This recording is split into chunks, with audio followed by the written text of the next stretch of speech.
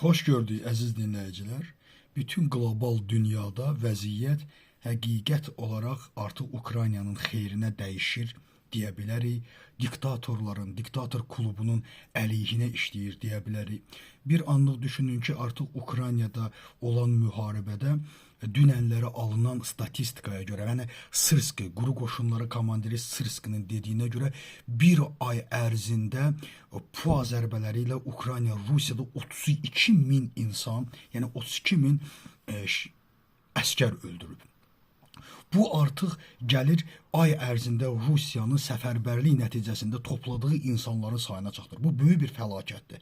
Və bunu Sırski açıq surətdə bildirdi və konkretni PUA-larla vurulduğu dəlillərlə göstərildi ki, 32 minə yaxın əskər öldürülür və bu gəlib artıq çatıb Rusiyanın ay ərzində səfərbərliyə aldığı insanların sayına görə.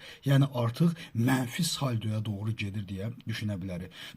İkinci, Ukraynanın artıq Avropada, Fransada görüşdə də bildiniz ki, sizə də bu barədə də məlumat verdim.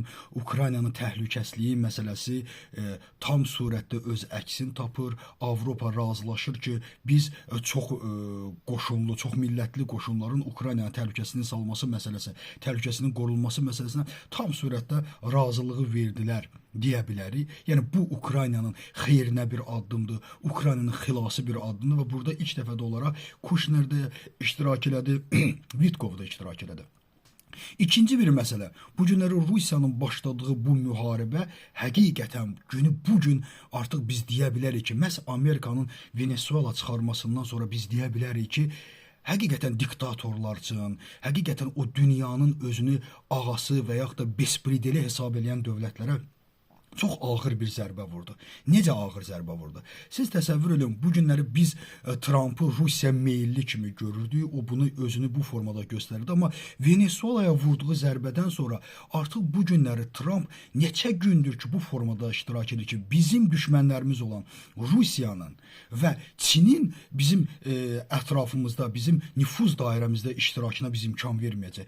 Həm Venezuela'ya bu barədə hücum etdi və hücum etdikdən sonra Venezuela neftinin deməli Rusiyaya çıxarılması, Rusiya bayrağı altında çıxarılan gəmi də tutuldu və açıq surətdə dedi ki, biz tutmuşuq, biz buradan imkan verməyəcəyik. Kubada artıq Kubanın enerji təsisatları birbaşa Venezuela'dan formalaşırdı. Kuba qaranlığa düşüb. Kolumbiyanın prezidenti Trump'la görüşməyi istəyir və Trump deyir, çox şadam, artıq onu Vaşinqtona dəvət edirlər. Yəni Monroe doktrinası ilə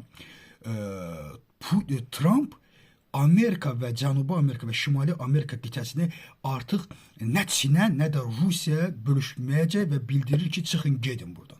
Açıq surətdə Çinin, siz təsəvvür edin, Çinin pulunu verdiyi milyardlarla kub deməli qaz və yaxud da neft gedəcəkmiş, bunun pulunu da verir Venezuela. Təsəvvür edin, onu da imkan vermir Trump. Açıq surətdə deyir ki, bundan sonra nə almaq istəyirsiniz, gəlin mənə alacaqsınız. Nə müqavilə bağlamısan, nə eləmirsən, özünüz bilərsin. Venezuela həm narko kartellərin mərkəzi idi, həm Çin üçün yanacaq mərkəzi idi, həm Rusiya üçün Amerikaya təzyiq altında saxlamaq mərkəzi idi. Tamamilə Karib dənizinin mərkəzi Venezuela idi.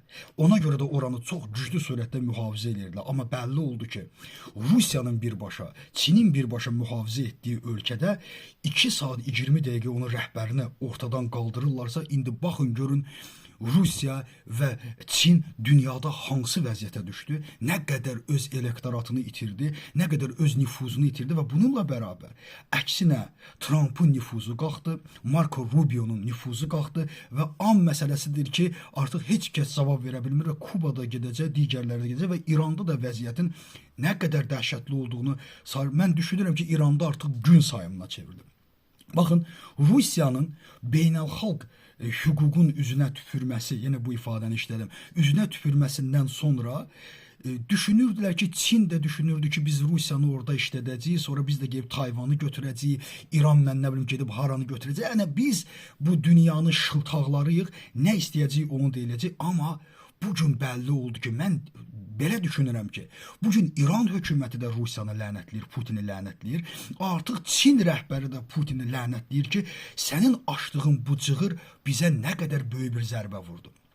Bir anlıq düşünün, Çinin müttəfiqi Venezuela çıxır əldən, Onun milyardlarla dollar pul xərclədiyi ölkə çıxır, Panama çıxır əldən, Kuba əldən çıxır, Rusiya heç nə eləyə bilmir, İran əldən çıxır. Baxın, bu hamısı Çinin yanacaq ölkələridir. Venezuela əldən çıxır, bu günlərdə İran əldən çıxır.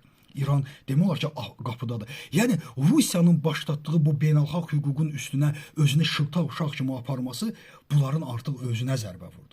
Bəlkə kimlərsə sabah düşünürdü ki, Çin Çində şərait yaradır, Çin Avropanın və Amerikanın başını qarışdırmayla Tayvanı götürə bilər. İnanın mənə, Amerikanın Venezuela'da apardığı möhtəşəm əməliyyatdan sonra hamı artıq qorxuya düşüb, hamı vicvicəyə düşüb, hamı artıq bu günləri Tayvanı almaq istəyənlər də qorxusundan ala bilməyəcəklər. Ki, bizim başımıza bu nə oyun açar? Bu bizi nə günə qoya bilər? Yəni, son olaraq onu deyim ki, beynəlxalq hüquqa qarşı Rusiyanın çıxması diktatura ki, özünü şıltaq uşaq kimi aparırdı və dünyanı sanki qorxudurdu. Amma bugün bütün məsələlər Trump'ın apardığı siyasət nəticəsində diktatorların özünü pis vəziyyətə, ağır vəziyyətə qoyub. Suriya getdi, Venezuela getdi, Kuba can verir, Kolumbiya söhbətə gedir, İranda vəziyyət bugün sabahlıqdır. Bütün bu mənada mənim yaxşı dinləyən qardaşlarım bilirlər ki, mən müharibə başlayandan deyirdim ki, bu diktatura ilə demokratiyanın geosiyasi rəqabətidir. Bu bir torpaq rəqabətidir. Bu kənd Kupyanski, bu Pakrovski müharibəsi deyil. Və bugün siz gördünüz ki, artıq demokratik dünya, belə deyək, bəyənsəz də, bəyənməsəz də, o demokratik dünya, demokratik dəyərli dünya diktatorları tam sürətə sağdan da, soldan da sıxmaqla mən düşünürəm ki, tamamilə məhvini həyata keçirdəcək. Təşəkkürüm diqqətinizə görə.